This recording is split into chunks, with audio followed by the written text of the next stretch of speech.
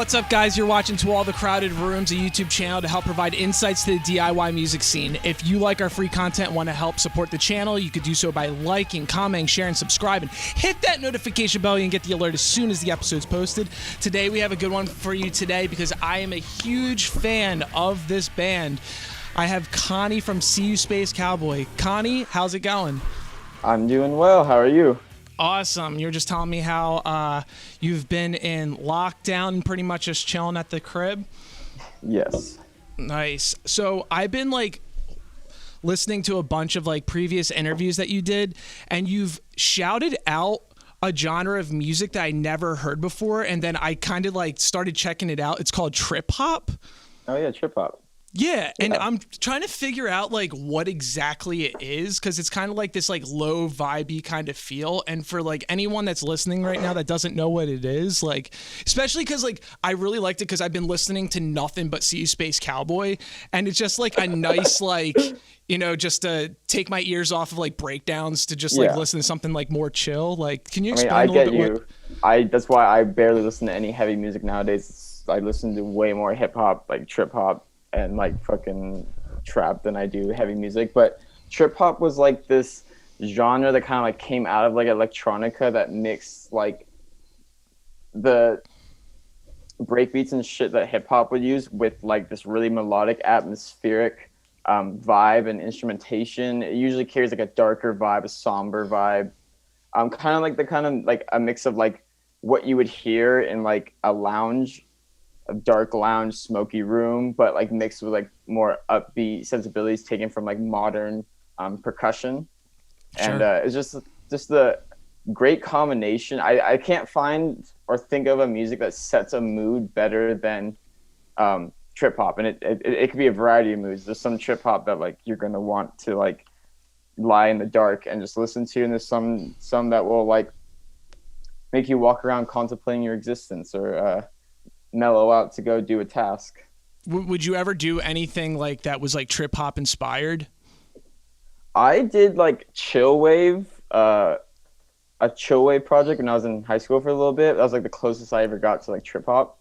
Okay. Did some trip hop songs, but I've been talking to Space Cowboy about trying to get a trip hop interlude on this next record we're doing. I really want to do a song that maybe has a trip hop break in it, similar to I Wrestle the Bear once would do on their first EP, or just a straight up interlude, because I want to put in what I like. And I know Ethan, our songwriter / my brother, loves that shit too, because we were raised on it by our parents. It's what our parents would put on for us to fall asleep to as little kids. So it's very ingrained in us that Massive Attack is one of our favorite artists.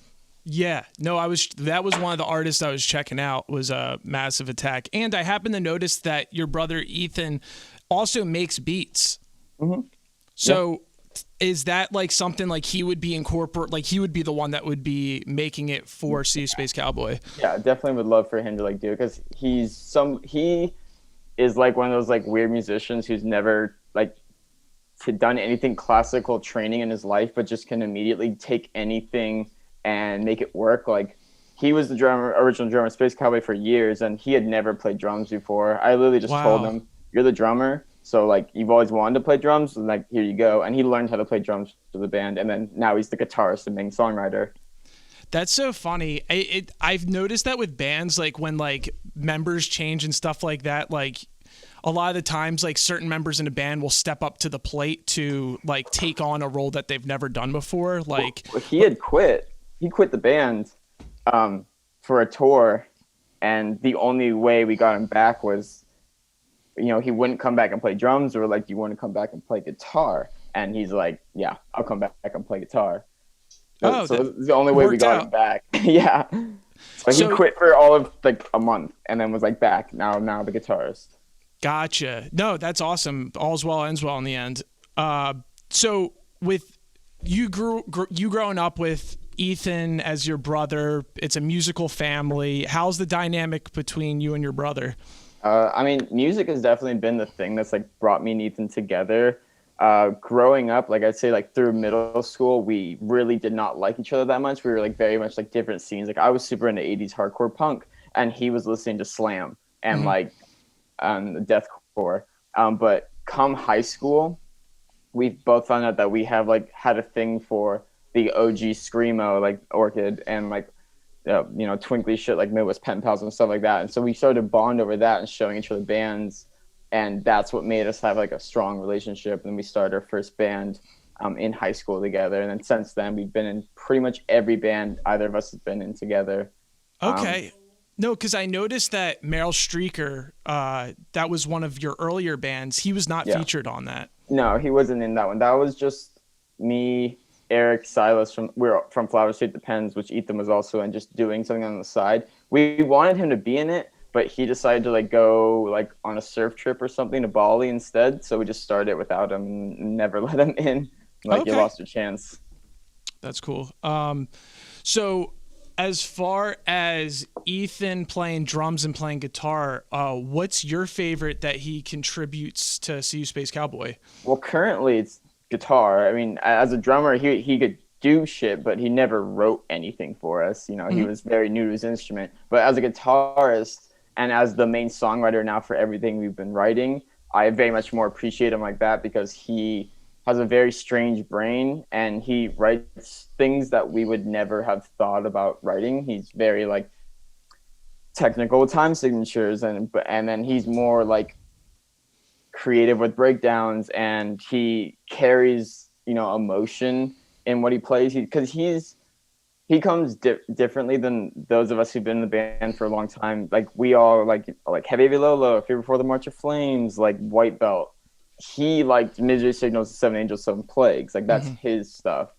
So he brings more of that in, this crescendo-y, while like somber and melodicness, but also he can also pull off the crazy zaniness of Space Cowboy that we're bringing back for this next stuff. That's fucking sick. Does he do a lot of the writing for Staining the Twilight Black? He does all the writing for Staining. He wrote that entire LP, and then recruited all the members over. I think the band's a more collaborative effort now, but yeah, that was like his little project. He did that kind of to like, because I told them with Space Cowboy, I'm like, Ethan, I know you like love Dance Gavin Dance and you want to get crazy and technical and have all these insane things, but like I don't think it really works with Space Cowboy, nor do I really want it. So that's his project, to kind of be like, okay, I'm going to do the weirdest shit that I want on guitar and musically without, Connie telling me to like calm down and simplify it. No, it's funny because I hear like instrumentally on, what's the record called? Transforming the Myth. Transforming the Myth. I mean, you can hear that he contributes a lot of the writing to SeeYouSpaceCowboy, just hearing, Staining the Twilight Black. Well, the funny thing about it is he didn't contribute anything to our old albums, really, writing wise. That Staining the Twilight Black was the first album he ever wrote himself. That was like pure Ethan. And then after he wrote that, he came and started writing for us, and we have the new music that we have now. Okay. So that's kind of like what's cool about that album, why I love that album so much, is that's Ethan, like just his first like pure form of expression. That's just like, that's entirely Ethan right there, and that's what he's written. It's the culmination of like everything. And hearing that album early was what made me like confident to be like, after we lost our main songwriter, I'm like, okay, Ethan, like you can do this. Right. You are the main songwriter of Space Cowboy now. Like I know you got this. Cool. Yeah. It's funny because Staining the Twilight Black, I like tried finding like live videos of it, and I found like a 30-second like video, and I saw you like dead center just fucking moshing like as soon as like they hit the first note, and I was just like, yo, I bet Connie has some crazy stories of like either wrecking someone in the pit or getting wrecked in the pit. Yeah, I have a lot of both. I have a lot of that. I have a lot of people who will come up to me, and most of them are talking about the time we play with Unbroken Wings, and I've had like 4 kids at this point come up to me and say I broke their nose during that pit or gave them a concussion because I was moshing like a complete asshole, because it's Unbroken Wings. I have to. But I've also gotten the shit kicked out of me by friends, doing it in the pit, and broken my own nose moshing too, magically. Do you feel like there's like a gray area in the rules, the unspoken rules of moshing, of like Because, like, what if someone just goes in crowd killing just to, like, literally hurt people rather than to, like, have a good time and stuff like that? Like, I think my thing has always been, it's what show are you at? If I'm seeing a certain band and I know what the reputation and vibe that band carries, like on Broken Wings, like I have no qualms with just beating the shit out of people. If I go and see like a metalcore band, or even like some like hardcore bands that like don't have that, they're not like mosh heavy band, I will, you know, not just target the sides of the room and shit like that, and not, you know, hurt people. Right. For me, it's always been, what show am I at? What band am I seeing? Is it laid to rest? Okay, I'm gonna decimate everybody I can in that room. You know, is it not? Is it Wrist Meet Razor? Okay, like a little toned down. I'm still gonna mosh because I love that band so much, but like I'm not gonna go around punching all these kids because they don't really know what this is about. So kind of read the room. Yeah, exactly. Read the room. If I'm with a bunch of like hardcore kids in the room, we all know what's up, then like fine. No holding back. If I'm like at a show where I'm like, oh, there's like, you know, some kids from the goth scene here, or some like metalcore kids whose favorite band is A Day to Remember, and they don't really know about like hardcore shit because there's a lot of crossover nowadays. Especially even at Space Cowboy shows, there's been this like weird like of like kids who don't know, but there's also like the hardcore kids who like will fuck you up. Right. So it's always just wait, look around, decide, because I'm not as that much of a dick that I would want to hurt some kid so bad he never comes to another show again. Right. It's, yeah, if once you get in the pit, like, you know, you should kind of expect like what goes down there. Yeah.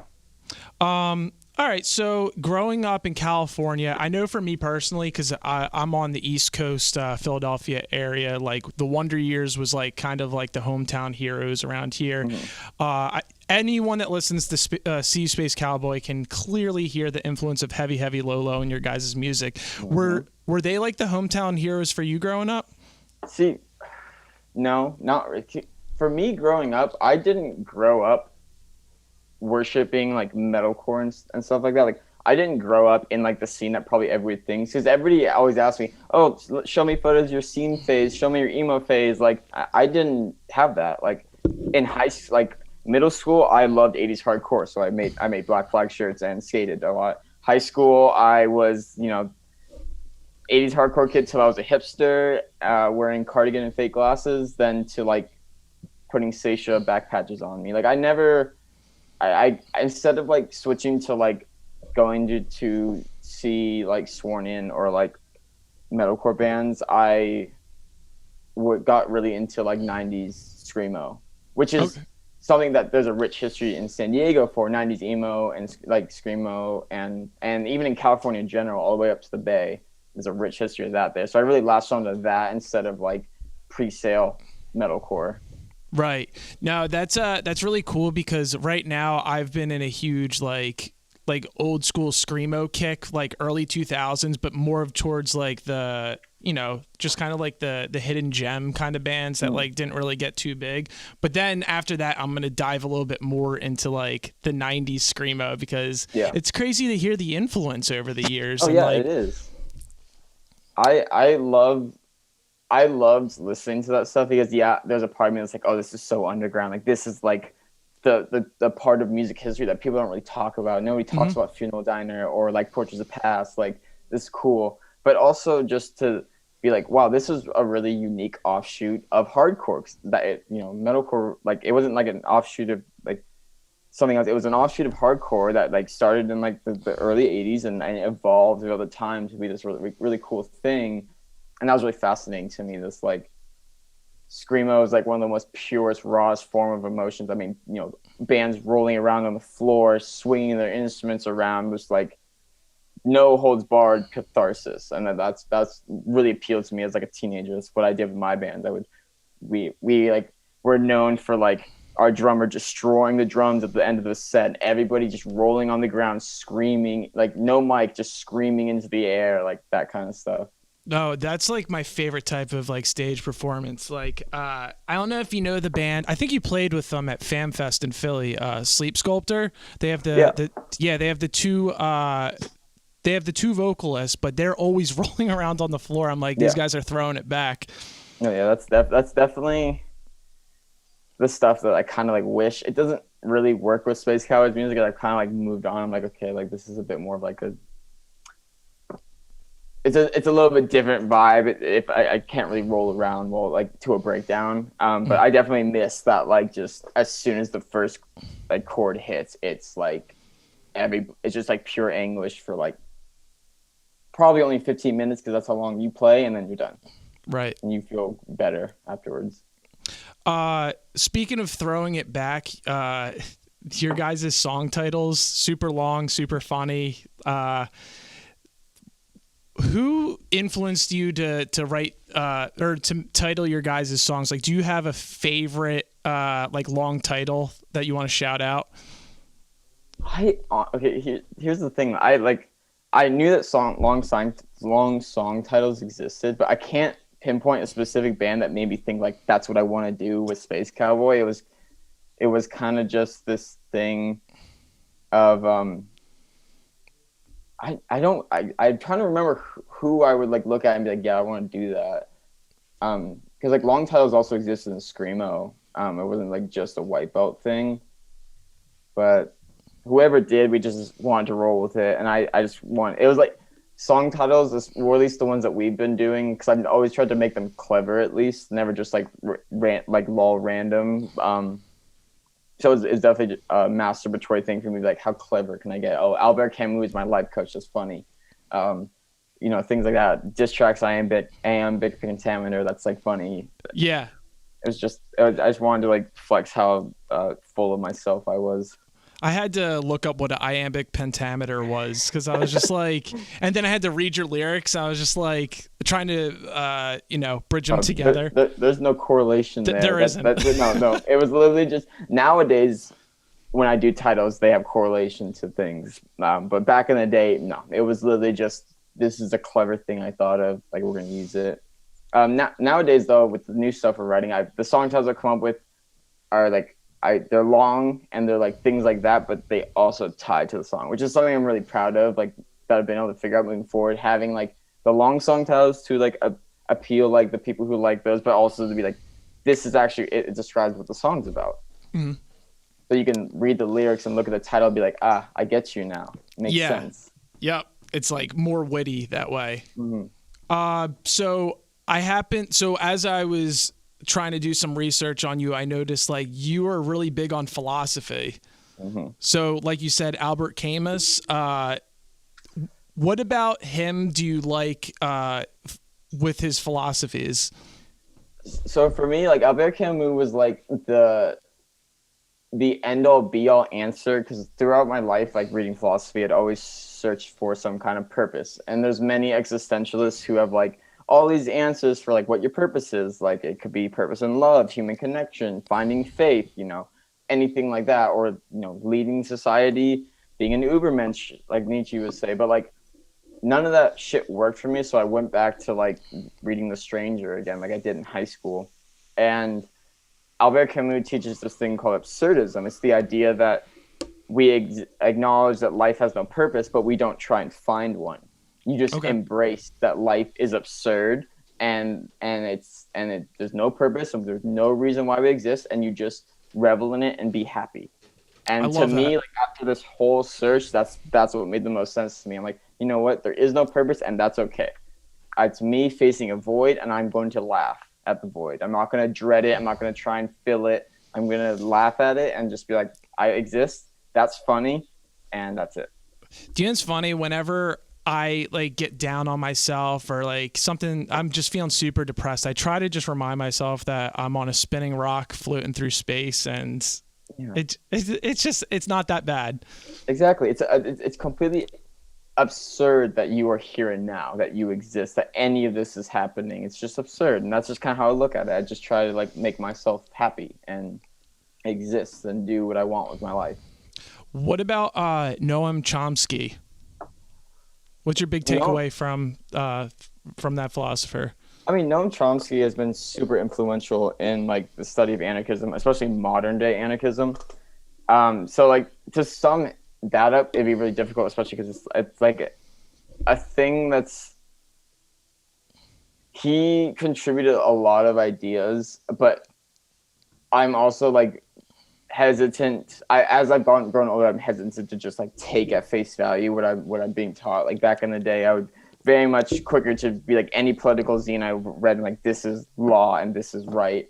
So Noam Chomsky to me represents like just an interesting ideals that I don't necessarily agree with in all practicality, but an interesting point of view to look at from a leftist, because I'm not one of those who like will look at like authoritarian communism and communists and be like, you are the enemy if I am an anarcho-communist or I'm an anarchist. I've become really interested as I've grown older to like take in all these ideas from all these political idealists and revolutionaries and try to work together to figure out what I think is best and what sort of movement I want to back myself personally. Right. Yeah. You know, I saw you in an interview talking about like the left fighting with each other when they should just like be fighting for progression. Yep. Yeah, I think that's fucking awesome. Yeah, I very much like find that to be the thing. And I mean, I used to be super anti-communist when I was like younger, and now I've grown to be like, okay, good, communism is the strength of the working class, and I support that 100%. I don't necessarily agree with full authoritarian communism, but I definitely think that the rights of the proletariat are very important, and that, you know, seizing power for them is a step in the right direction of any sort of like turnover of this country. Sure. And you named one of your bands René Descartes. What philosophies do you subscribe to with that philosopher? Well, René Descartes was like the father of like existentialism. So like he's and like skepticism. So he was the first person to like really question the metaphysics of our existence, like what exists, like what does not exist. He was really the person who stepped forth in the study of metaphysics and kicked that whole thing off and it came tumbling into what we call existentialism today. So he's really important to me in that way. Just because he posed a lot of questions, didn't really give a lot of answers, but like it kickstarted this thing that to this day is still discussed and talked about. So similar to Albert Camus, or I'm butchering the names. Yeah. So how long have you been vegan?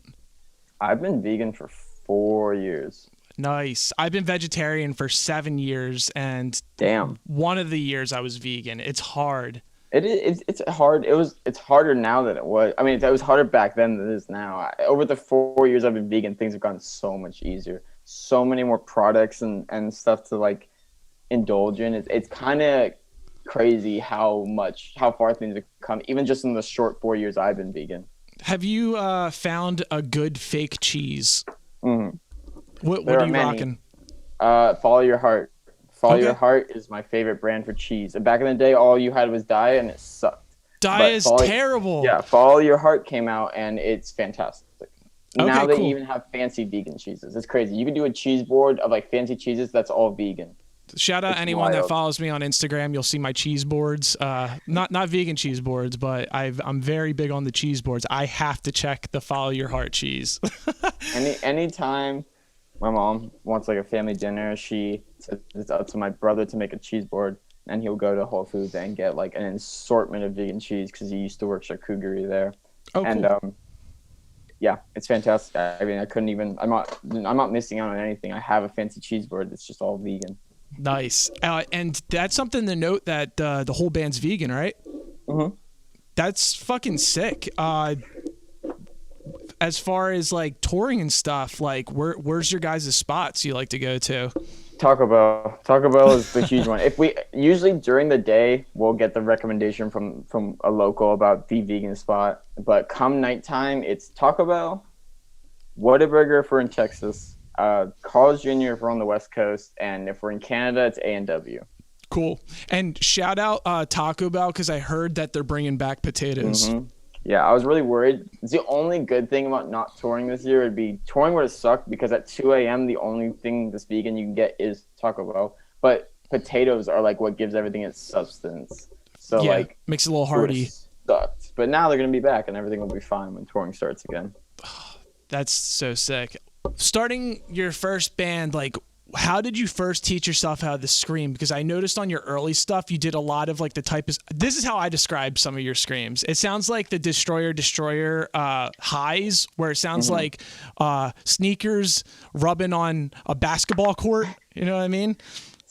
So when I first started playing like screamo bands, the first one was Flowers Say It Depends, and I discovered that my voice would crack into this really high pitched sound sometimes. Well, actually, okay, before Flowers, I was in a band called Avari, screamo band, where I did nothing but the bird screech vocals. So I literally just learned that if I screamed hard enough, my voice would crack into the sustained high-pitched noise, and I rolled with it. When Flowers Say It Depends started, it was a little bit, softer in tone, so having bird screeches over the whole thing wouldn't work. So I basically was just yelling. Sometimes my voice would crack into a scream, into a high-pitched scream or whatever. But my early days of like being a vocalist, it was just yelling at the top of my lungs. I didn't know any technique. I probably wasn't using my diaphragm. I was just literally yelling. Okay. And then would you throw your vocals out at all doing that?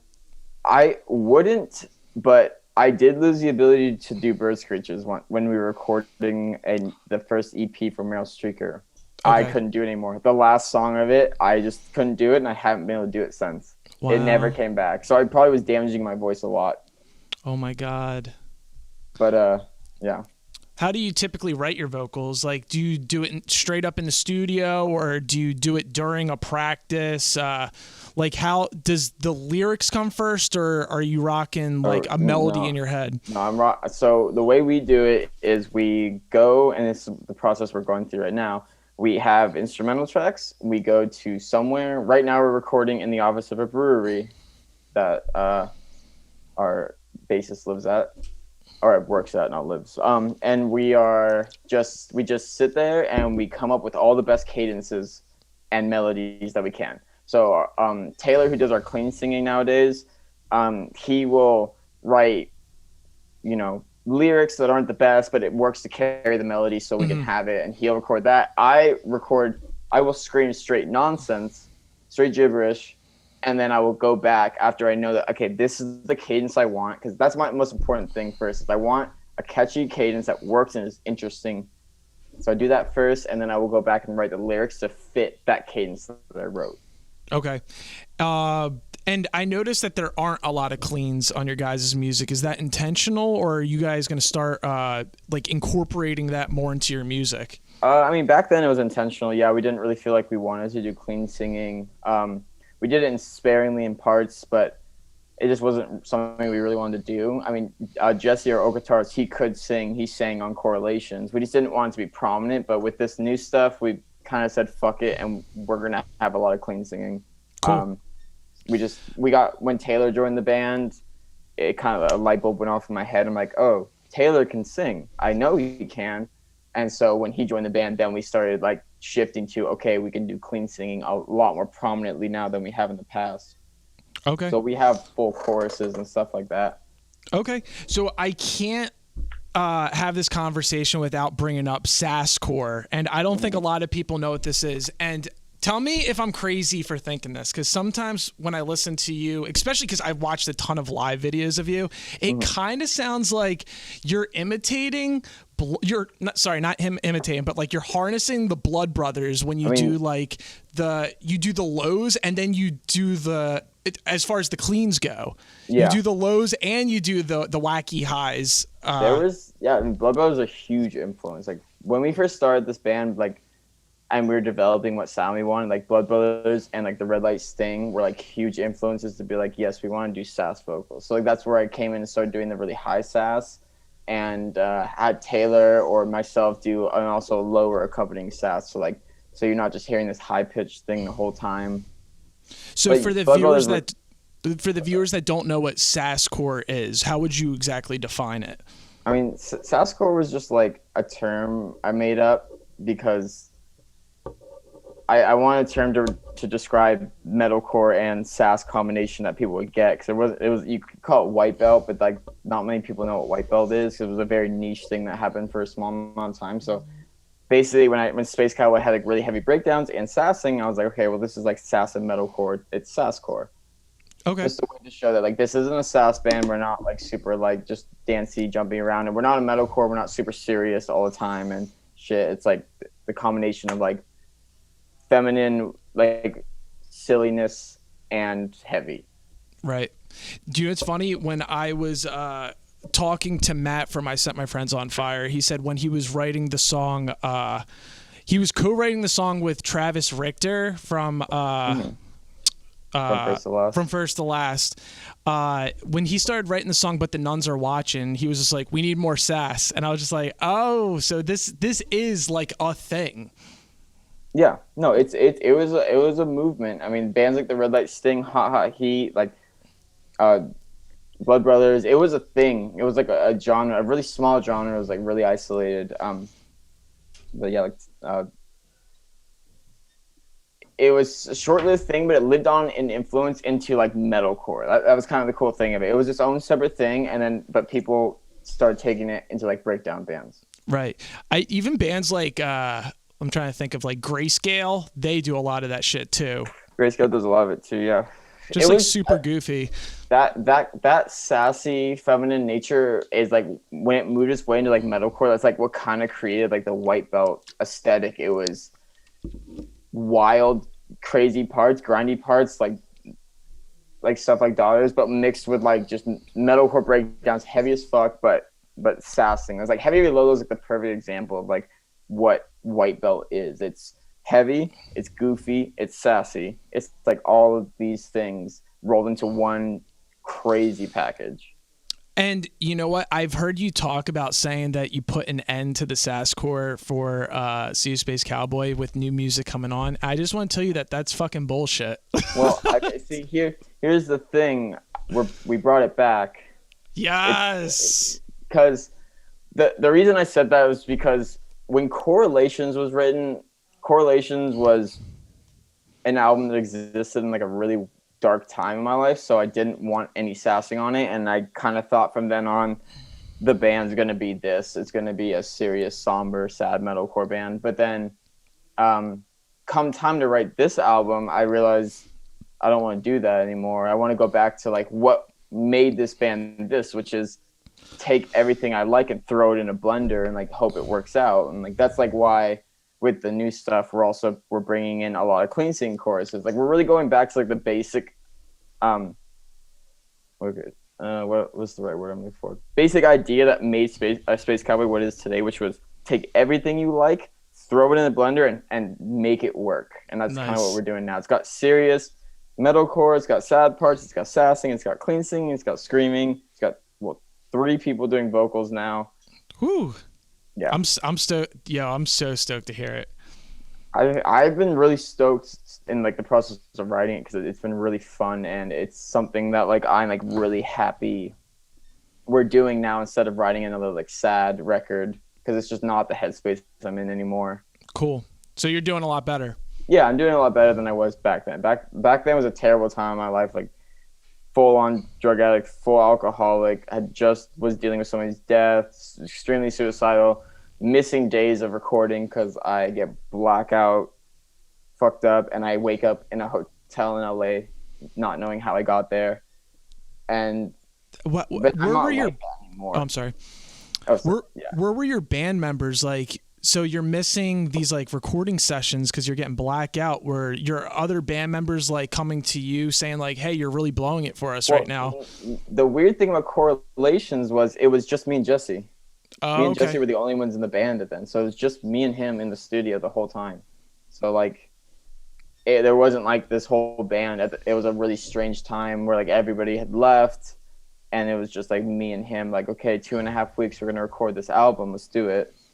And then Natalie passed away, and it like sent me in my downward spiral. But then a week and a half later, it was like, okay, it's time to go in the studio and do this. I'm like, fuck. I'm like, every night I'm getting blackout drunk. I'm fucked up in the studio, and it was just like, oh, it works for that album because that album's a correlation between entrance and exit wounds is about pain and trauma. It's like the focus of it. It's why I named it that. But with current music, I'm not just like dwelling on like the past like in that way. Like if we're to look at the time periods now as that album, like Correlations was the entrance wound, and like this album is the exit wound. Like this is like looking back and like healing. Cool. Yeah, that's awesome. That's really cool where you're moving forward with your music. I was curious about the whole Natalie situation because I heard you talk about it before, and I was like, that if anything was to happen to my significant other, I'd be devastated. Like it breaks my heart to even think that could ever happen. Like for anyone that's listening right now, what are some signs that like someone could look out for before someone that might be suicidal or something? I mean, there's, when it comes to like suicidal nature, it's hard because it usually just doesn't come out of nowhere. I had known that Natalie was suicidal for our entire relationship. I mean, from the second date we ever went, she straight up told me like, hey, if we do this like falling in love thing, like I might not be around forever. And I said, okay. So it was not a surprise to me. I knew it was coming, but the best way to like deal with it is like to like always just like be there for that person, help them in ways that you can. Understand that like anything they do or aren't doing like isn't just because they don't want to, it's because they're like suffering mentally, and like you might need to be there to help them do things that like you might think it's like, this is ridiculous that I'm helping an adult take a shower, but like you need to like be there to help them if you like care about them. I wish I could say there's like some like just like sign you could see and you know that they're gonna attempt it the next day, but there's not. It's just if you have a person close to you who's suicidal, you live with the reality that it could happen anytime, anywhere. It's just like the hair pull of a trigger. It's just what it is. That's crazy. And when you were even in the studio, I remember you talking about how like you were just getting blackout drunk and you're just not in a good place. And you had a friend that literally like paid for like a $200 Uber to like get you home and stuff like that. That's like a great example of, a good friend that's there for you. That's like in your time of need they're willing to do anything to make sure that you're in a good place. Yeah. I mean, she's now my girlfriend. Back then we weren't dating, but I had somebody here, who helped me a lot. I mean, I had many people there to help me. I was so grateful. I had someone who flew in from Philly to San Diego for a week and a half to make sure I was okay and spend time with me. And then I had Chloe, she was really helping me when I dove into a darker spot, because it wasn't just like the event happened and I was just in despair all the time. I kind of was like roller coaster, so I was like fine, and I just deep dove down when the stress of doing the album came, and she was there to help me through everything. So I was like very grateful to have people who were like willing to like help me through things, because I wouldn't make it without them. Like even like Chloe has literally had to like wrestle pills from my hand, like stopped suicide attempts and dragged me around the house, like because I'm so out of my mind. Wow. So without the people close to me and the people I care about, like I wouldn't be alive today. And it's like not even the exaggeration. It's literally they have physically stopped me from doing things. That's crazy. It sounds like you have a lot of good people in your corner right now. I do. I'm very grateful that I have so many people around me who will help me through things. All right. So to get off of all of that, let's take a trip down memory lane. Can we talk about some of the old bands? Yeah. So I think I might have gotten a couple things confused with writing my notes of like the actual chronological order of your bands, but I had the first band that like was really doing stuff was Meryl Streaker. No. So the first band like that was really doing stuff was this band called Avari, and it was the afterbirth of this 80s hardcore band I was in, where we all started out writing like ceremony, violence, worship, but then half of us wanted to play screamo, because it was around the time that we discovered old screamo, and like we all just dove in headfirst, like that's the thing. So the first one was Avari. How old were you? I think I was 14 or 15. Okay. And then I probably 15, and then we did that for a bit, and then that band broke up, and I took the members from that band, and we started Flowers Tape Depends. Brought in my brother Ethan, and started that band. And that was the first band I was in that ever got like attention. Like that was the first band that like I made music videos for, even though they're all DIY, really shitty, but we did it, and people really loved. I couldn't find them. Oh, they're on there. Flower State Defense got music videos. They're really goofy. But like it was the first band to like be in high school and have like 7-inch records, like have a label pressing 7-inch records of mine was like really cool. It was like the first time I ever like experienced it. Like, oh, people around the entire world can like my band, and that's sick. So we did that for a while, but then since it was a high school band, we all graduated and moved away. Me and Ethan and Silas moved to San Francisco. Eric moved to Washington, and it kind of just like died out. We did one last show at 924 Gilman, and then called it quits. Where does the name Flowers Tape to Pens come from? The flowers that were taped to the pens of my teacher's desk. Oh, really? He had flowers. He had pens with like fake flowers taped to them, and I literally looked at them like, okay, Flowers Taped to Pens. I like that. And in between those bands, while Flowers was a band, that's when Meryl Streaker also started as like the side project to not be a super twinkly emo band. We wanted to play something a little darker, and that's where Meryl Streaker came from. Yeah, I was gonna say because Flowers Tape Depends. You know, you guys being a West Coast screamo band, how'd you land on a Midwest emo influence?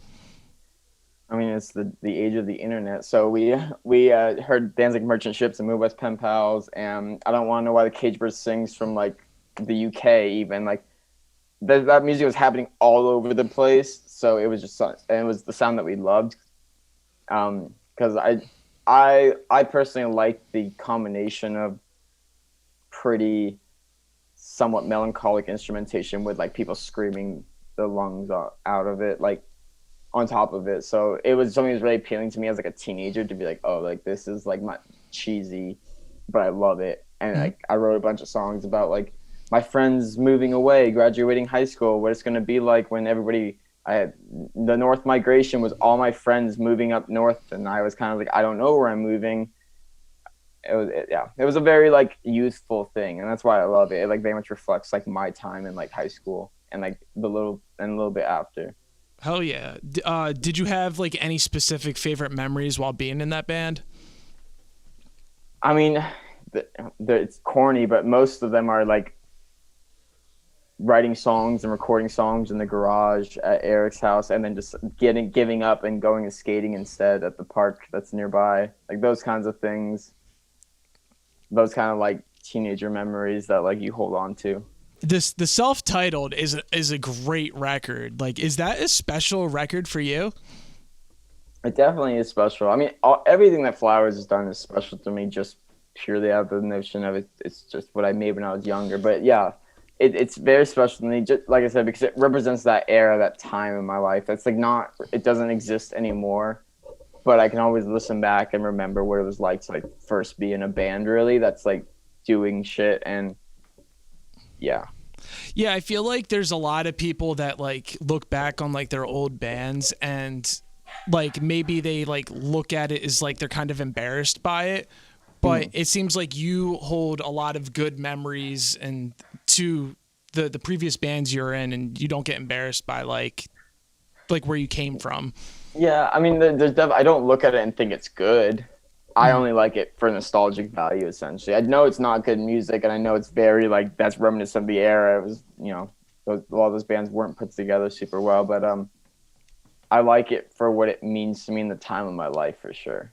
Well, it seems like a lot of people want to see a reunion of Flowers Tape Depends. Yeah, a lot more than I ever thought there would be. I played around the idea. Of returning to that genre just like for fun, for like old time's sake, but I don't know if we'd ever actually do it. We're just really busy with Space Cowboy, and other members like have kind of just like are doing their own thing. And I definitely played around with the idea with Ethan of like, hey, let's start another like twinkly screamo band just for fun. See what we can make now. You know, I think that was 7 years ago. So yeah. What we can make now versus 7 years ago. Yeah, you never know. Maybe one day you could bring it back. Never say never. Yeah, exactly. What about René Descartes? Or I'm butchering these names. I'm so sorry.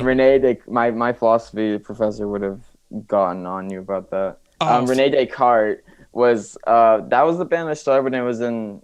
Me and Ethan were living in San Francisco. Me, Ethan, and Silas were living in San Francisco. We're all playing in Flower State Depends together. We went up there, and our roommate Jay joined the band. And René Descartes is kind of funny because that was the first band that you could kind of hear the tinge of moving towards metalcore or heavier stuff, because like that was the first time I ever had a band with breakdowns in it, and there's only breakdowns in that band because I was obsessed with Me and Him Call It Us at the time.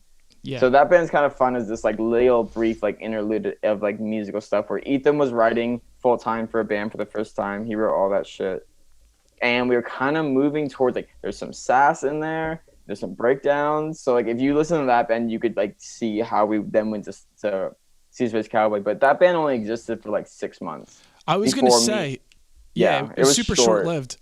Well, because me and Ethan moved back down to San Diego, and then like Space Cowboy took off from there when I got back. So all of these like previous bands before SeeYouSpaceCowboy, was there like, did you guys do a lot of touring, or was it like mostly local kind of stuff? I mean, Meryl Streaker did one tour. Okay. And no other band did a tour. Wow. So when you started SeeYouSpaceCowboy, it was like going on tours and stuff was a whole new experience to you. Yeah. I mean, we started SeeYouSpaceCowboy December 2016. We released our demo, and then we went on our first tour in January. Wow. Yeah. Before we get into SeeYouSpaceCowboy, I really want to talk about Structure Agony Records, because I think that's so dope that you had your own record label, and it's a lot of fucking work to do all that stuff. It was all ran from the living room of my San Francisco apartment. It was a 1-bedroom apartment that had 6 people living there, and my office was in the living room. But yeah, Structures and Agony was just something I did because I liked putting out records, and it was like really fun to do records and cassette tapes. I was part of another label that was like one of like the biggest like DIY label, but it was run by a piece of shit who got outed. And when he got outed, we were all like, okay, fuck him, like Driftwood's dead. But then I wanted to keep putting out records, so I like went and started Structures and Agony, and it kind of blew up into this thing that I didn't think it would. Wow. And I just, it was just a lot of assembling records and shipping shit out and trying to find the money. Was it all you doing everything? Mm-hmm. Yeah, so you me. had like a station set up, like in your living room? I had a table in the living room. I had a desk in the living room with 2 shelves stacked with records. When I would get records shipped to me, I would literally have to take a wagon up a huge hill a couple blocks away and have a friend help me to load up boxes from the shipping place, because they wouldn't ship to my apartment. So I had to get them from like a liquor store. That was a USPS drop-off spot. And we'd take them all the way back down to my apartment and do that like 5 times with a wagon full of records up San Francisco hills to get them all into my house every time. And then we had to assemble them all ourselves. And it was a crazy time, but I'm glad I put it behind me, because I do not have the patience to do that anymore. Why is that? Was it hard, like working with the artists, like getting stuff done, like artwork? No, it was more so just the money and the tons of work it took, and just staying up to date. And I started Structures because I didn't have a band. Mm-hmm. I started as like to fill the gap in my life between Flowers and René Descartes. And once I had a band again, I was like, I don't really care about doing this anymore. Okay. It was really just to like keep myself involved in the scene, because I hadn't been involved in the DIY scene since I was like 14, because when I lived in San Diego, I helped run the Che Cafe, which is like a non-hierarchical anarchist collective that has an all-vegan kitchen and does shows. So I would like run zine libraries at shows and run front door and run sound. And so I was always involved in like music. And there was this brief period of time between Flowers' death, René Descartes, where I didn't do shit. So I was like, label, you go here. And then when the band came, I'm like, okay, label, you go away. I don't care anymore. Well, it sounds like you were doing a lot for your scene. Do you feel like the scene reciprocated the same love that you were giving your scene? Back then, yeah. Back then, definitely. That scene doesn't really like us anymore. But back then, like it was definitely like I felt like I was really part of like the whole process and everything. It was really nice, and that's definitely what helped keep me going in like doing it. Mm-hmm. Yeah, because you were doing vinyls, you were doing cassettes, you were doing like even like merch, like t-shirts and stuff like that. Like, did you have like a favorite piece that you put out? Like any specific one that you're like super proud of? Like this came out super dope. I don't know if it's because it came out my favorite, but I like it because it's kind of this hidden gem that like doesn't really exist, but like anymore. But I put out the Vain Gift from God split. That was the last thing I ever did with this label, and like that's kind of cool because that's something that like a lot of people don't know about, and it's kind of cool to be like, yeah, I put out Vain back in 2016, and that was before their full length. Yeah, that was before their full length. There was some drama that went on between the two bands with that record. I never really looked into it. I was kind of just like, whatever, my copies are sold, I don't care, like, and then just like moved on. I mean, because it was the last Structures and Agony release I really did, so I was like, I'm not gonna get invested in this. Neither of these bands are really bands that work with me a lot. I didn't even like look into them. It's like, okay, gotcha. But yeah, that's still cool that you got to put that record out. Yeah, there were a lot of bands I'd lose a lot of money on. But I would just really do it because I wanted to see it pressed on vinyl. Back then, like that record label never made any money for me personally. It was just for my own satisfaction and to help the scene. Yeah, it's cool because it's like a portfolio piece at the end of the day, like having like these like handmade like physical things that you created. Yeah, I mean, it was just like my way of being involved in the scene and helping other bands. Because I remember how stoked I was when Flowers got pressed on vinyl for the first time. It was like such a big deal to me. So I'm like, I want to do that for other people too. That's sick. So also you do graphic design. It's called your company's called A Little Less Than Half. Yeah. I wanted to know how you got in the watercolor painting because I love all the pieces of art you've put out, and I've noticed that you do coffee staining, and I never even heard of that before. I think that's so cool. Well, the watercolor and coffee staining came from Nice to Meet You, I Hate You. That's the first album cover I ever did it on. And that really kickstarted my love of like watercolor because it was like this fluid thing that I could throw around and splash around and splatter and make these really cool effects. And like I said, I never really moved past that style of art. It like stuck with me. So it was like really, really kind of always stayed in the back of my mind. I'll stop doing it for periods of time and focus on digital art most. But somehow I always come back to like that style because people always want it. I've never heard of using coffee to stain like in watercolor painting. I mean, is that like a popular technique? Oh, people have definitely done it before. I did not invent it. It just makes a really interesting, unique brown tone, and you can also use it instead of water when mixing your paints to like kind of mute things down to a more sepia toned color almost. Cool. Which I like doing a lot because it creates like unique colors without having to like find the right mix of brown. You can literally just take your blue, put a little bit of coffee in it, and it turns this interesting like bright green, blue, gray. So yeah. What about a lot of your posts on Instagram? You do a lot of what you call digital manipulation. Can you explain what that is? It's just Photoshop work. Anything I do digital, I just call it that because I don't create assets from scratch. You know, I don't like digitally paint in that way. What I do, what most graphic designers do, is we take things from the internet and we alter them to hell and we create new things out of them. So digital manipulation is just manipulation of images. It's just I manipulate things digitally. I have 30 layers going for pieces, and I make art out of random stock images you would find on Google, but they're not recognizable anymore. I was wondering that because like you have a lot of like high definition like pictures that you manipulate into your art. I'm like, where's Connie getting these images from? And then like I was wondering if you had like your own, like you kind of like have a folder where you put all of them into, and then you have like your own, like, these are the fonts I like to use, because I know you like the American typewriter. I do. I used the American typewriter a lot back in the day. That was the screamo font. I don't really use it as much anymore, but back in the day, that was the screamo font. So I always use it. I mean, nowadays I have my own like typewriter from the 40s that I can make my own typewriter stuff from. Do you do that often? I've used it. I've typed it out, stuff out, and scanned it in, and had like an authentic typewriter font. Nice.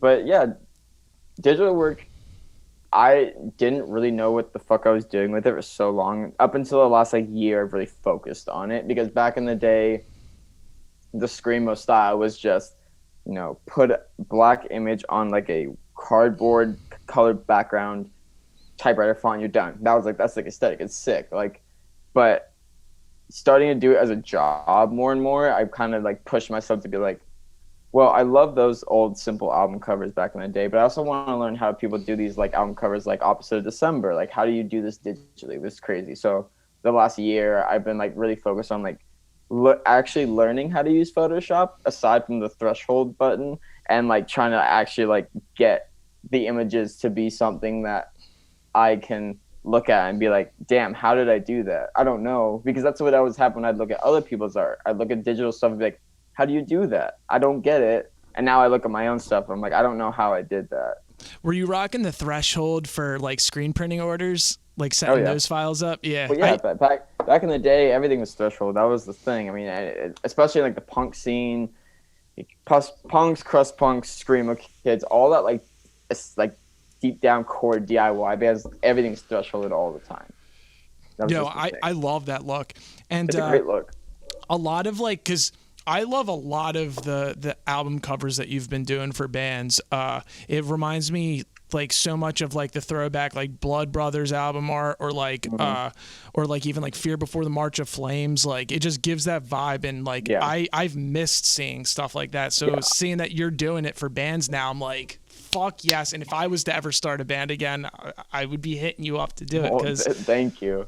That's that was kind of the fun thing about Space Cowboys joining, like starting this band really also made me like revisit that like aesthetic and shit. So when this band was like starting out, I like very much did a lot of the art in that style, cut and paste, or bright backgrounds with like weird imagery on them. And that was a lot of fun to do. I don't really do it as much anymore.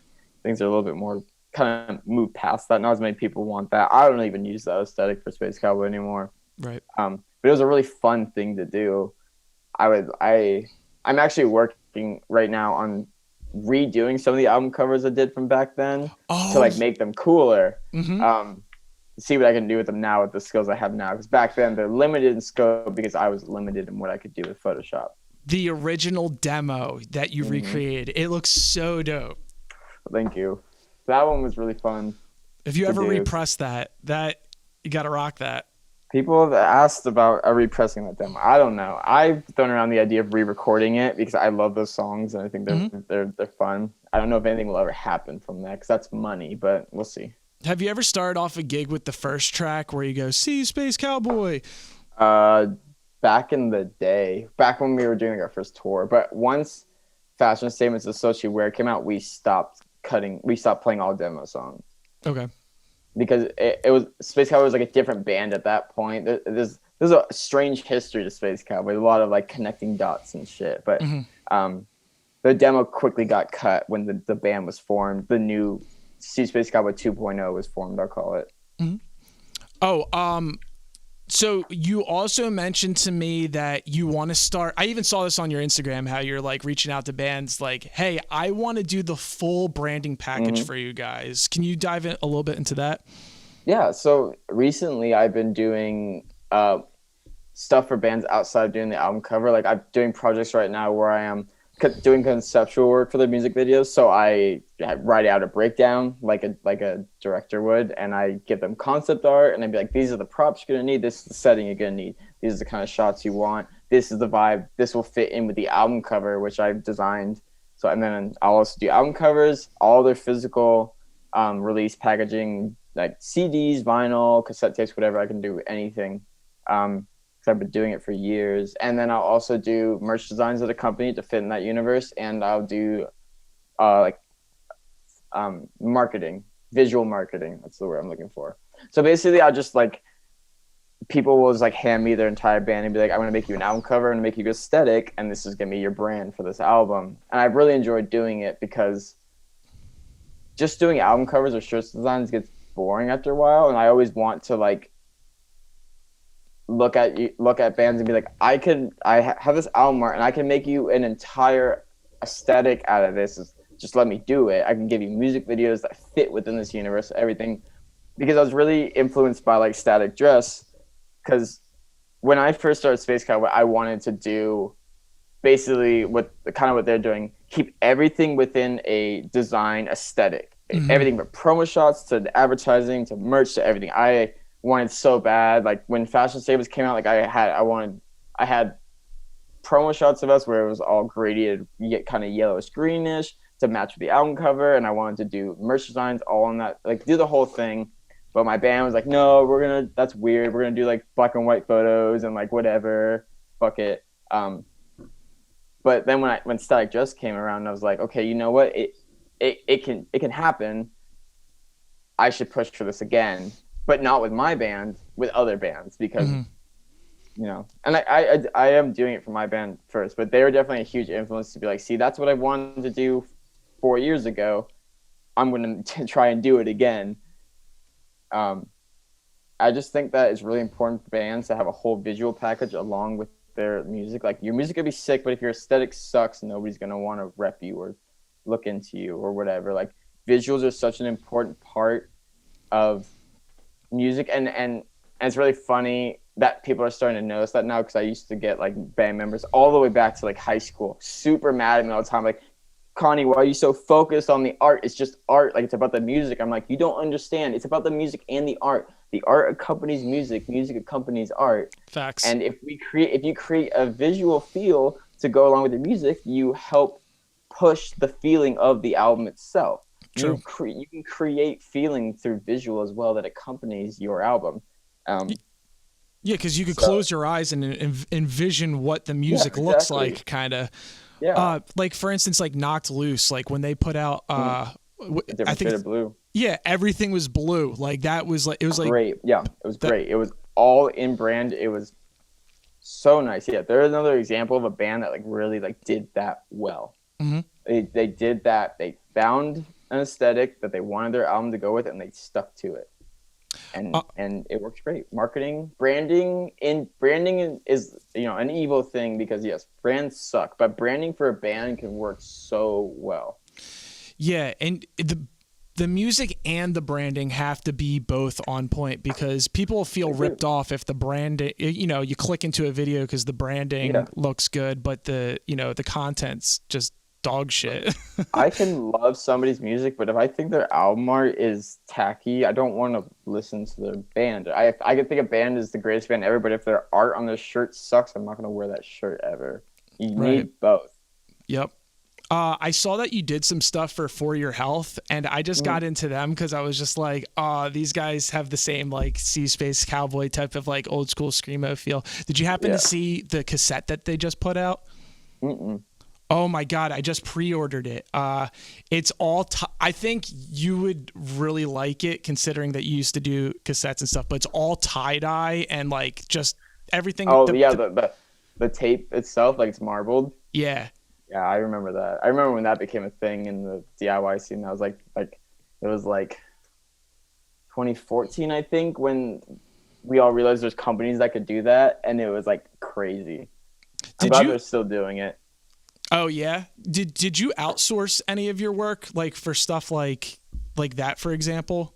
Oh, I mean, I outsourced the production itself of like cassettes and vinyl is always outsourced. Like I'll print my own covers and cut them. Like Fashion Statements Associated, where we sat in a Staples for hours and hand cut 300 covers. The first press we did.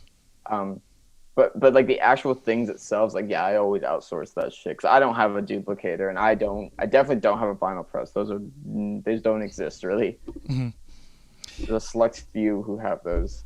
Do you have a favorite like SeeYouSpaceCowboy piece of merch that like you're just proud that you like designed? I have what we did a single 7-inch lathe. It's not because of the design that I like it, but I think it's just kind of cool because it's a 7-inch lathe with a screen print on it. And I don't know why I think that's so fun, but I just love it. It's on the whole vinyl? Yeah, so one side, the one song is etched in. On the other side, it's clear. There's a screen print of like some art. And I'm like, that's sick because I love doing stuff like that because even for flowers, I would do 7-inch lathes because you can do them small run and make them kind of collector's items. We had a 10-inch picture disc of our demo. So I like made a whole new cover for it. And then, but stamped on the lathe itself is like the weird head thing I made back in the day. I just love weird merch like that. I love doing things like that. It's like, this is 27-inch lathes that have a screen printed cover. And that's all there is. Yeah, come get them. They sound like shit, but they're a cool collector's item. I just love stuff like that. So you're not a hater of the lathe cut records? No, they suck to listen to, but they're cool. Like I said, I love them as collector's items. Like I have one from like a screamo band from like I don't even know when, but it's a lathe screen printed with a woman committing seppuku, but it's cut out to the shape of the woman. Okay. It's like crazy. When I first got that in high school, I'm like, this is insane. Like lathes are so cool. It's just like art, but you get listenable art. You can listen to the art. My friend's band I actor, love stuff like that. My friend's band Actor Observer, they put out a square lathe cut. Have you seen that? I have seen those. They're wacky. They're very strange. There were a couple bands back in the day that would do those, and I always look at them like, this is bizarre, but it's cool. It's sick. All right. We're getting into it. For everyone that's still sticking around right now, we're talking about SeeYouSpaceCowboy right now. So who was in the original lineup? Okay, the original lineup, there was 3. It was me, Taylor, Ethan, who are in the band currently once again. Then Jesse joined. And then this is where... So you want me to just tell the whole story of how Space Cowboy started? Because it's a long one. I love stories, so yes, okay. Let's get into it. So I moved back to San Diego from San Francisco. I wanted to continue René Descartes, but nobody wanted to. So I gave up. I went to a show at the Che Cafe. I went up to Jesse. I asked him if he wanted to start a melodic hardcore band, because that's what I wanted to do next. I wanted to do a band like The Carrier. He said, no, I've already done that. Go talk to Taylor. I went over to talk to Taylor. Taylor said, yes. From there, I told Ethan he's going to learn how to play drums for this band. So that was the original 3 of us. And then we just talked about what we wanted to sound like. It went from The Carrier to, I want to put breakdowns in, because I was obsessed with Me and Him Call It Us at the time. And then, I also want to put in Sass. And then Taylor's like, well, why don't we like stick in some like old white belt heavy Lolo stuff, and it just tumbled forward into what Space Cowboy became. It was like, okay, we're gonna throw in daughters, we're gonna do all this shit, it's gonna be weird, blah blah blah, whatever. Nobody's gonna like it. I don't know why we're doing it. It's just fun to us. I think it's important for bands to like have that conversation before like actually going into a band practice, where everyone has the conversation about like, what do we want this to sound like, instead of just like meeting up at practice and just randomly just like coming up with something. And no, it was really important, because if we didn't have that, then we would just be a melodic hardcore band. And having those discussions made it so we all got to just kind of be free in what we want. So we did that. We wrote a demo, the demo. Jesse joined the band as a fill-in bassist at first, recorded the demo, put it out. Cool. While that was happening, there was another project over here called The Shotgun Message. That was a 7-person grind band with white belt elements. It was everybody in Space Cowboy minus Ethan, plus another vocalist, a keyboardist, and another guitarist. So these bands were going simultaneously. Space Cowboy was chilling for a bit. Shotgun Message wrote an EP. But then people in the band started leaving, moving away, blah, blah, blah. So like this band was dwindling, and we're like, how do we make this work? And then the idea came to merge the bands. So Space Cowboy went from a 3-piece with a fill-in to a 5-piece. It was Jesse on guitar, Timmy on bass, Taylor on guitar, me on vocals, Ethan on drums. And we took the Shotgun Messages EP, which was what we know as Fashion Statements of the Socially Aware, and we made it a Space Cowboy EP. So most of the songs on Songs of the Firing Squad and all the songs on Fashion Statements of Socially Aware were written for another band that just got absorbed by Space Cowboy. I was going to ask that because you guys took your one EP and single and basically did what the Fall of Troy did with Muckle T Earth. It's like, here's some old songs and here's some new songs. It's more of a compilation than an actual like that's new what album. we did for when we signed to Pure Noise, but there's more to this. But going forward from Fashion Statements, that EP came out. It was way more popular than we thought. I think we did 3 pressings of it, so like 900 copies as like a DIY band. Started touring around, or we didn't start touring at that point. We did one tour. It was fun. I asked everyone in the band, is this band going to do anything? Because I had started dating Natalie and we wanted to move to Oakland. We didn't want to be in San Diego anymore. Everybody in the band said, no, we're not going to do shit. So I moved to Oakland with Natalie. We were homeless for a bit, found a house, settled in. Once we were settled in, Space Cowboy started getting a lot of offers to play shows down in San Diego. So being dumb and not just being like, I guess it would have been, with the way things turned out, it would have been dumb to say no to those shows and not do them. But I started getting on a megabus, doing 10-hour journeys on a megabus to go play shows. Were these shows worth it though? Like, were they like bigger shows? No, they were. I mean, they were. We were playing with like Pressure Cracks, and we played with Old Wounds and Vamkara and Vatican. So it was like really cool. We were like starting to get absorbed into the hardcore scene through these shows, which is kind of cool. Eventually it got to the point where we had done some shows, done some tours. It was mellow though, still. It was like 2-week tours only. I was about to go back. This is like a year and a half into the band's life. I was about to go back to college because I'm like, I don't know what the fuck to do with my life. I'm just going to go do graphic design.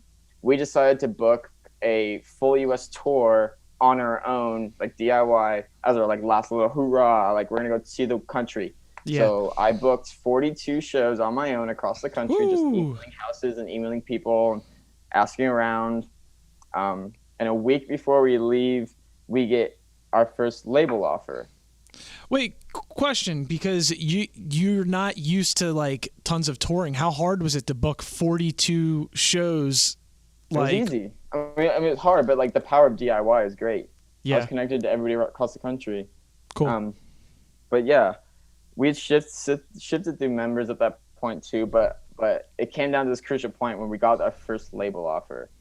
And that was kind of like crazy, because then the prospect of doing this as a job was like on the table all of a sudden when I was about to go back to college and like not do that shit. And then we got a booking agent turned into manager when we told him we were an offer that we were going to sign. And he said, no, don't sign, go on tour. I'm sure you'll get a ton more offers. Went on tour. The tour was absolutely crazy. Like as like a small band from San Diego, like you don't think that anybody gives a fuck about you across the world or across the country. And I'm sure the people who booked the shows didn't either, because we were playing places like a basement, but like 80 kids showed up. So not everybody could even fit in the basement. Like we were crammed into the corner with people on my back essentially, and not everybody could even get in the door. Wow. So it was a crazy tour, and then we came back and signed to Pure Noise after going through all the offers. A very weird journey. So that was like your first like really big tour. Like how was that experience? Like, was there any like nightmare things that happened while on it, or did everything go pretty much smoothly? Everything went pretty smoothly for the most part. I mean, as smooth as it can for like a bunch of like, you know, early 20s people traveling the world for the first time with no band support, no bigger band taking us, the booking agent didn't help at all. So there was all door splits, just trying to survive. But it was one of the greatest experiences of my life. It worked out really well for us, because it kind of really showed to people that like we were willing to work, because like on that tour even we got hit up by Revolver to do we were like given like a 5-page spread in their magazine. as a DIY band, like no label to like tell them to put us in. Like they just hit us up and came out to one of our shows, and it was a show in a garage in Austin in like 102-degree heat. And the photographer was just chilling in there taking photos and like having the time of his life. And I was just like, this is crazy. So like, that's like the last place you'd expect like someone from Evolver coming out to like check out your band. It was crazy. That whole tour kind of like was like the first time I looked at things and like, oh, people care about this band. I had no idea, because it was just for fun for us. Like that full US tour was for fun. I didn't care if we grew from it or anything. It was just like literally like, I want to go see the country with my friends, and it was just a wild experience. Curious, at this time, what record was out? What record were you guys touring? We weren't touring any records. It was just EPs and split out at that point. Okay. Literally, we the last thing we put out was the second grade knife fight SeeYouSpaceCowboy split. Fuck yes. I wanted to ask you about that, because how did you get linked up with second grade knife fight? Because I was listening to them and I was like, these guys are fucking sick, but they don't even have their music on Spotify. Second grade knife fight is Jonah from Wrist Meet Razor. Oh, okay. And we knew Wrist Meet Razor from when they were like basically a screamo band back in the day. So that's how. And then we heard this crazy grime project he does, and I'm like, whoa. Because I mean, Wrist Meet Razor itself even was a solo project at first, and then it exploded into a huge band. So yeah, that's how we met them. But when we did that tour, we didn't have a record. We didn't even have plans to ever do an LP at that point. We were just gonna have our 2 EPs and our 1 single and our demo and be fine with that. It wasn't until Pure Noise came along, then they're like, when we signed to them, we're basically like, okay, like this is our job now. Then we put out Songs for the Firing Squad, the compilation of everything we put out with 2 new songs. Did you re-record those? The old songs? They're remastered. Okay. They're remastered, plus we recorded 2 new songs for it. And then Correlations came out like 9 months later. Did you happen to see Anthony Fantano's review of Firing Squad? Yeah. It was crazy. I did not think he'd give it a good score. I was expecting a trash score. I honestly agreed with most of the things he said. I thought that he was pretty nail on the head with stuff. Except I agree. Except when he said Census Fall. Did you notice that? Yeah. It's like in Census Fall. I was just like, oh man, he's kind of. I'm getting kind of poser vibes. Like he read like a Wikipedia article about like screamo, and he was just like, I don't know. No, I expected to get torn apart by that review, but he really liked it. He hated Correlations though. Oh, did he do that one too? Well, no, he did one of those like why he doesn't review segments, and it's because he fucking hates it. What? Why do you hate it? Well, I get it, because it's way different it's not a grindy white belt album anymore. It's a melodic metalcore record essentially. And he liked us because we sounded like daughters and grindy shit. And right. It makes sense to me. So with the changing of the lineup, like over the years since 2016, has it like, do you feel like it's like affected like the influence of the music? No, not really, because we were all like on the same page with shit. I mean, there might be certain members that left that like would have been not down to do stuff like we did on Correlations. They were more like very much into the white belt thing, but we've always kind of stayed consistent. With what we're doing now, definitely not having our old guitarist in it, who used to kind of drive the writing show. The stuff we are writing now would never have flown with him. So like currently with the music we're about to put out, yes, there's a huge difference after he left, because we kind of just like decided that we're gonna write whatever the fuck we want now. Right. You guys toured in the UK, so was that the next tour after the long 42 gig tour? Was it? No, I think we went to LDB. I think we did a little tour to LDB first, but we did go to the UK, and that was very interesting time because we also went to Europe. We went to Europe with Dyer's Murder, and that was a really interesting tour. Was there any culture shock hanging out in the UK? No. Like when we were in Germany, it was a little bit, definitely a little stranger. But I mean, we were with Dyer's Murder, so like it was definitely like it wasn't like going to like house shows and shit. It was like, real venues and like taking care of and catering vegan food for us and stuff. But when and the UK definitely wasn't a culture shock at all either. But the UK was beyond amazing. I had the greatest time there. that was Die Art is Murder. The Art is Murder was, we went to Europe with The Art is Murder and Venom Prison and After the Burial. Mm-hmm. And then we decided to fly over to the UK to go play in there and do this Upsurge Fest. So the Europe shows were we didn't do really well over there. Most people were there to see Die Art is Murder and After the Burial, which is fine. But the bands we were on tour on were super nice, super friendly. So we had a great time just kicking it with them and hanging out, Yeah.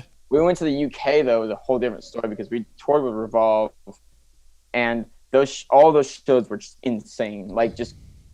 I did not think we'd get that kind of reception in another country. There's some of the craziest shows we've ever played.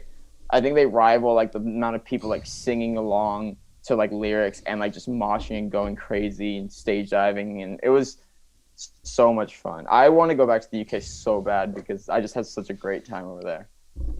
And it's mostly because of the shows, or do you hanging out outside of the shows, in between? Outside of the shows was the shows mostly. Being there is cool because you're in another country. That's cool. But mostly yes, the shows were and the people we met while over there are fantastic people, and I would love to go back. And they love you guys. Yeah, and they love us too, which is cool. My hopes were very low after I saw how Germany responded to us. So I was like, oh no, please be good, UK. We're in a lot of debt, and but the UK pulled through hella, and I had the greatest time ever. Nice. And your van got broken into at one point, and instead of just putting up a GoFundMe, you guys were well, we're going to put out a pre-order for vinyl you guys could order, and that's going to go towards... It was a shirt. Oh, okay. Yeah, it was a shirt. Yeah, it was a shirt. I just didn't want to just straight up ask for money. That's mad cool. I wanted to give something in return, I'm sure anyone would want to help you, the band out anyway. Yeah, people would have given money, but I just didn't want to put up a GoFundMe.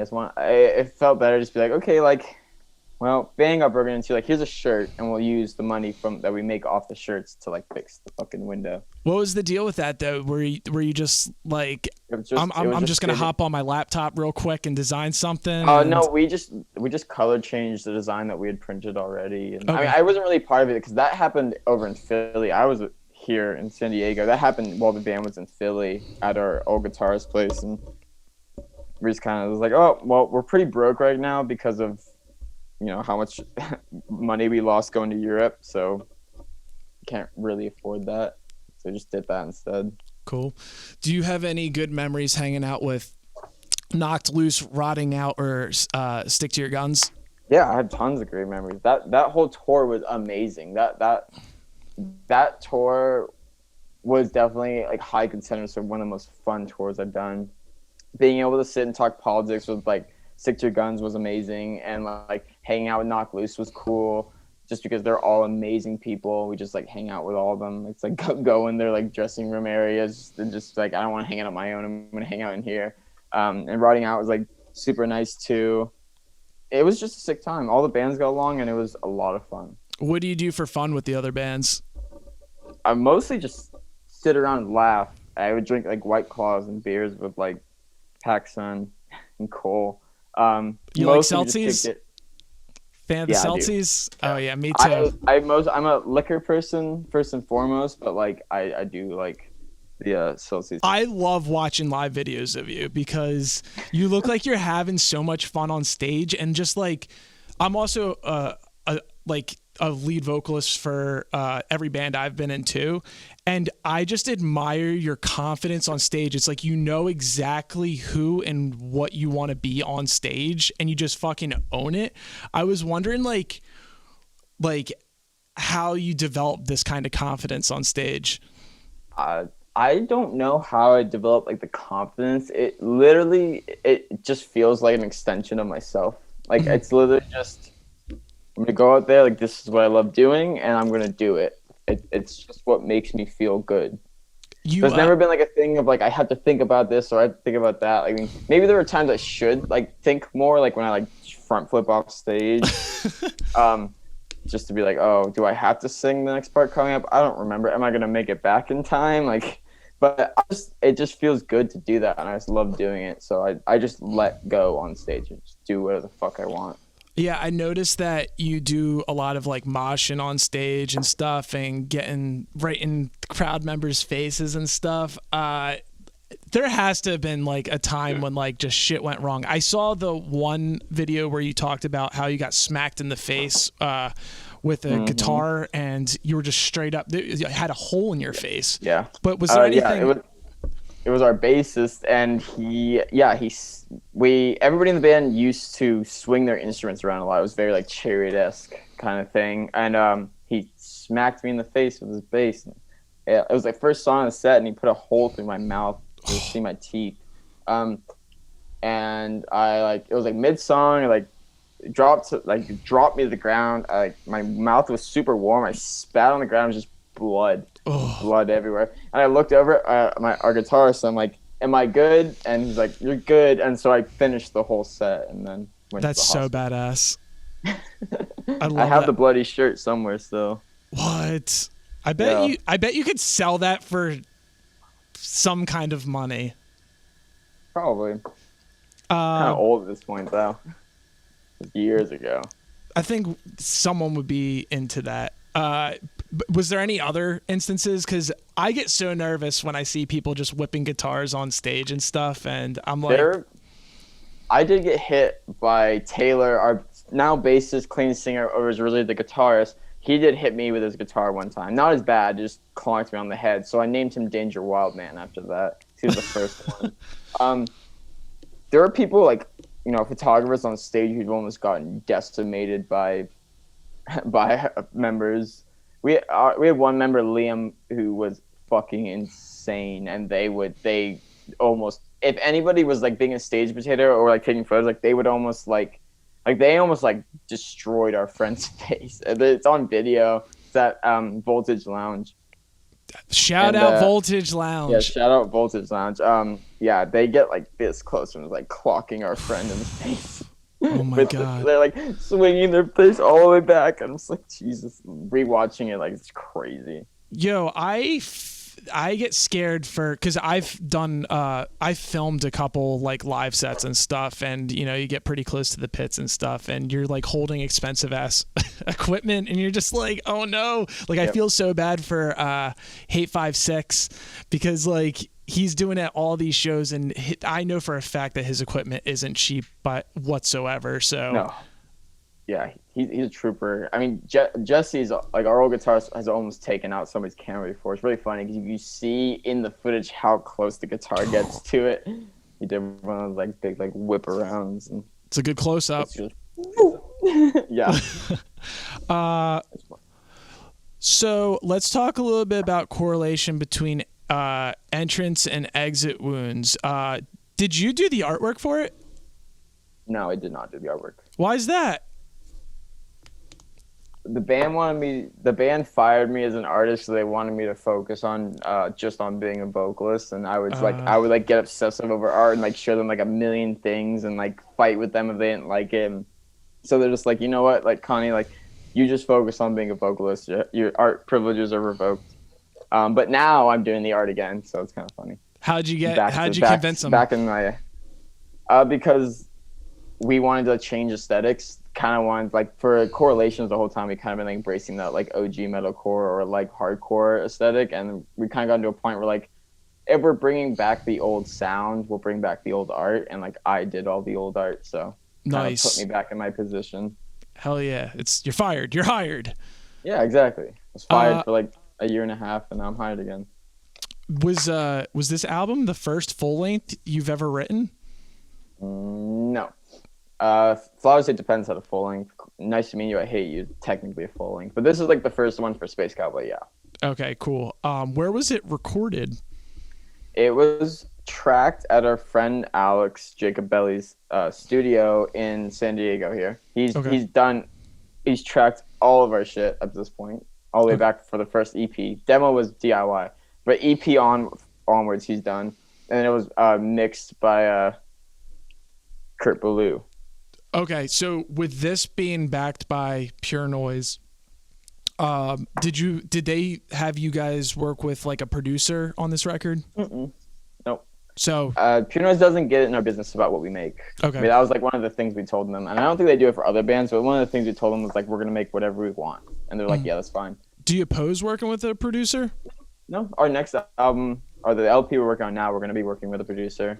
We've written all of it, but we're gonna take it to a producer for like, you know, for like a week to be like, what are your thoughts on this? Like, how can we improve this? Right. Are we gonna get any hint on who the producer is on this next record? Oh, no, because I can't really get. Ah. If I gave a hint, it would give it away. I have a feeling. I want to ask you some questions. I think it's gonna blow everything up. Yeah, what do you want to ask? All right, so y'all are hanging with If I Die First. I feel like we're getting we're getting some kind of collab. I can't tell you if or if not, because when we hang out with them, we mostly just get fucked up and hang out. I can't tell you if anything has come to fruition or not yet. But that is not the producer's thing, no. I've seen pictures of Ethan sitting down with Ned tracking some guitar stuff. I'm like, what's going on here? We're homies. We're homies. We play in the same genre. We chill out and write, and they help with Space Cowboy stuff. We help with the If I Die First shit. Okay. But I don't know. I don't know if a collaboration will come together. We shall see. That'd be fucking sick though. Because right now, SeeYouSpaceCowboy, If I Die First, they're both my favorite bands currently. Like both doing, Thank you. Especially because like, you know, like I love how like a bunch of bands are bringing back like screamo revival kind of, and like when Attack like was teasing the crabcore stuff, I was like, oh fuck yes, we're like yeah, we're getting the roaring 2021s. I don't know, you know what I mean? Like people are bringing this shit back, and then they just gave us butt rock. I was like, yep, this is some bullshit. But I think I tweeted, glad I didn't get my hopes up with the Tech reunion, and then somebody read that tweet to them on a podcast. My tweet, and they were like, what's SYSC? Oh my god, that's too funny. But no, I mean, I love If I Die First, and that band holds a special place in my heart. Also because I love everybody in that band, but also because before that band started, at the beginning of quarantine, Ned came over and stayed at my house for a few days, and he was talking to me about the idea to start that band. And then like a month later, he's like, here's some demos for the band. I'm like, oh shit, you did that quick. You were talking about that on my couch. And I said, yeah, go do it, dude. That'll be sick. And then a month later, there's a bunch of demos. How'd you originally link up with that crew? So I think Ned followed me on Instagram, or followed Space Cowboy, and I DM'd him because he was wearing a Seisha hoodie. I'm like, that's rare, so nice Seisha hoodie. And then it just kind of cascaded into a friendship. And then I was DMing, me and Lewis were DMing on Twitter. And then we all kind of like, and then I started meeting them in real life. I like met, Ned came out to the Knock Loose show, where at the same show I met like Ghost Main and Parvo. Yeah, I just kind of started hanging out with them and meeting everybody else, like Smart Death, Valerian, like they're all fans of metalcore and shit. So like it's like really easy to just like become friends with them, because I also love what they do. So I've kind of just been like absorbed into that like world. It's kind of ironic, 'cause, like that's the world that my like girlfriend's from. Like she used to live in LA, part of that whole like scene up there, and she had dropped out of it, and then I kind of like moved into it. She's like, yeah, I met all these people. She's like, yes, I know those people. I'm like, oh. Dude, it's funny. This is just a side note. I was watching a Broken Side live video at like a private like. Yeah, and Little Aaron's in it. Yeah, he was moshing. Yeah, that was funny as shit. No, everybody up there, everybody in that scene they're great people. Like that's the thing. I feel like people on the outside would look at them and be like, oh, they're like stuck up like SoundCloud rappers. They don't care, but they're all like just super genuine, super nice, like caring people. Like us and like If I Die First like have grown into be like best friends. Like they're all super nice, super great people. I love like when musicians are like supportive of each other rather than like treating it like super like narcissistic, where it's just like, hey, like only I can eat. You know what I mean? Like, I don't vibe with that shit. I mean, it's been the same thing with like even back to like Space Cowboy and Wristbeat Razor, like yeah, we were both kind of doing the same thing, but I never looked at it as like, oh, like fuck that band, they're like doing the same thing as us. I was all like, sick, that band's doing the same thing as us. And it's the same thing with Static Dress or If I Die First. It's like, that's fucking cool. Like this is like a movement now. Like that's sick. Like especially in regards to like when we first started Space Cowboy, it was like 4 years ago, and like this isn't to sound like full of my own shit, but like we did it. Like we were one of the first to do it back in 2016, and now in 2020 there's a bunch of bands like that, and it's really cool to me that like that this has like become a thing. Now we're like the revival has become a thing. It's shifted from like white belt breakdowns to like now it's like in this post-hardcore era that I also love and is really sick to me. Or bands like For Your Health doing that as well. Like I love that band, I love those people, but like realistically I could sit there and be like, yeah, you're just doing the same thing we did like in 2016 like now, like, but like I don't look at it. I look at it like, okay, it's sick, they're doing this fucking well, and like that's cool because like we don't do that anymore anyways. No, and it's cool to see a band like If I Die First, because they have two SoundCloud rappers fronting, and that kind of like helps. I feel like it's gonna help like push this genre more into a mainstream in a sense. Yeah, it's definitely good. It's like there definitely were some people were like, oh, SoundCloud rappers doing like this shit, like what the fuck? But like people feel to realize that most of those people were in metalcore bands growing up. It's like the Post Malone thing. Like they were in metalcore bands. Like Lotus and Ned were both in metalcore bands. I've seen them, and they love this shit. Question, because I was trying my hardest to do some research on Lotus, and I could not find what his Christian metalcore band was called. I don't know what it's called. Ned showed it. Ned pulled it up on the TV when we were really drunk. Fuck, yo, if you could link me with that. I'll ask you. But yeah, I think that like If I Die First doing that is like totally fine and cool because like they were from that scene. They love that music, and yeah, it introduces it to a huge new audience. I mean, look at how big they've gotten off one EP 6 months ago. It's crazy. They're bigger than us already. Right. They have 30,000 monthly listeners. Like, but yeah, this whole like revival thing, like I have no problems with it. I'm stoked. I'm stoked about bands like For Your Health. I'm stoked about Static Dress. I'm stoked about If I Die First. I'm stoked about it all. You fucks with Kei and Ashi? They're out there doing the damn thing too. Kei and Ashi, I don't like their music. I think the people in that band are really nice, and I love that. I love that they're doing something creative and new, and that's sick. But it's not my thing. Okay. You know, a little too mathy for you. It's a little too mathy, a little too strange. I wasn't a huge mathcore person. Like it wasn't my thing. I like more liked white belt, but like yeah, it's sick to like see a scene form. Like even Kei and Ashi's existence I appreciate because it's just another addition to this thing that's going on right now. Like all these bands, and they're all, each of them's unique too, and I love that too. Static just so unique about it. Like If I Die First have their unique sound. Nobody else is doing that shit. Nobody else is doing that shit. Kei and Ashi, nobody's doing that. You know, it's like. SeeYouSpaceCowboys. Not too many people are doing the sass. Yeah. So it's cool because like we're all like just like in together doing our own thing. Like I really want to start like some like collective of like the modern like metalcore offshoot bands, just to be like, this is a cool thing happening in history right now. And I know that we talked about it a lot. Like we talked about it first, talked to Static Dress, talked to Wristbeat Razor, like trying to like get all together to like do a tour when COVID's not a thing, because it's really beyond amazing to see like all these bands doing nostalgic things but all in their own way. Right. Do you find that it's hard to stay relevant during COVID? Because I noticed that SeeYouSpaceCowboy isn't too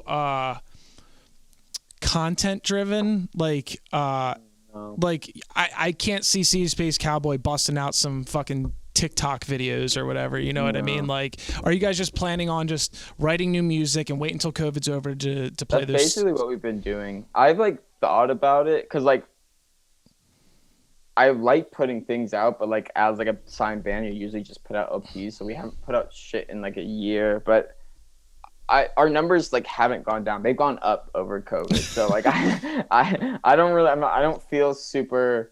As much as I would love to just start throwing money at like making music videos and making singles, like that'd be great. It's just not smart for us. because like believe me, I'm very jealous of Side Girls and how many videos they get to shoot and how many songs they get to put out. Because I would love to just throw material out there, but when you have a label, it's a little bit more restricted, and then just being like, they're kind of just like, hey, where's the LP? You can't just be making a bunch of EPs and throwing them out or singles. But our relevance has kind of always just stayed, and I feel I feel happy about it because it means that we have a core audience that stuck around, even though we haven't done anything in a while. And the last record we released was in September 2019. Mm-hmm. So, what do you think that says about consumers, like during this time? Like people are just still discovering you through playlists or something? Yeah, I don't know. Stuff like that. Like I'm sure we would be bigger if we were putting out content throughout COVID, you know. But also like we're a band comprised of people all over the country. It's not really easy for us to just like meet up and like put something out. But I think it speaks to just people like what they like, and that's cool, you know. Awesome. All right. So Connie, we're gonna wrap this up, but the crowd needs a little tease with the new music. Give us a little something. I don't have anything to show you music wise, but I can tell you that the new stuff is indeed going back and bringing back the zaniness and the sassiness from the old stuff, but also keeping that like emotional post metal kind of stuff we have in Correlations, just kind of put together now. Has clean singing choruses, has a lot of screaming, has another screamer now. Ethan's also doing screaming vocals. And it's a big experiment that I hope pays off. Yo, I am so excited to hear the new music, and I really appreciate you taking the time to chat with me tonight. Of course. I'm glad you had me chat with you. Awesome. So thank you to everyone that stuck out the rest of this video. Don't forget to like, comment, share, and subscribe. Connie, where can they find you? You could find Space Cowboy on Instagram and Twitter. I think the Instagram is SYSC Band. My personal Twitter is XCamuLoveChildX. Same with Twitter, I think. You can find us everywhere. Spotify. Awesome. Spotify too. Awesome. Thank you so much for coming on. Thanks for watching, guys. We're To All the Crowd Rooms. Hey!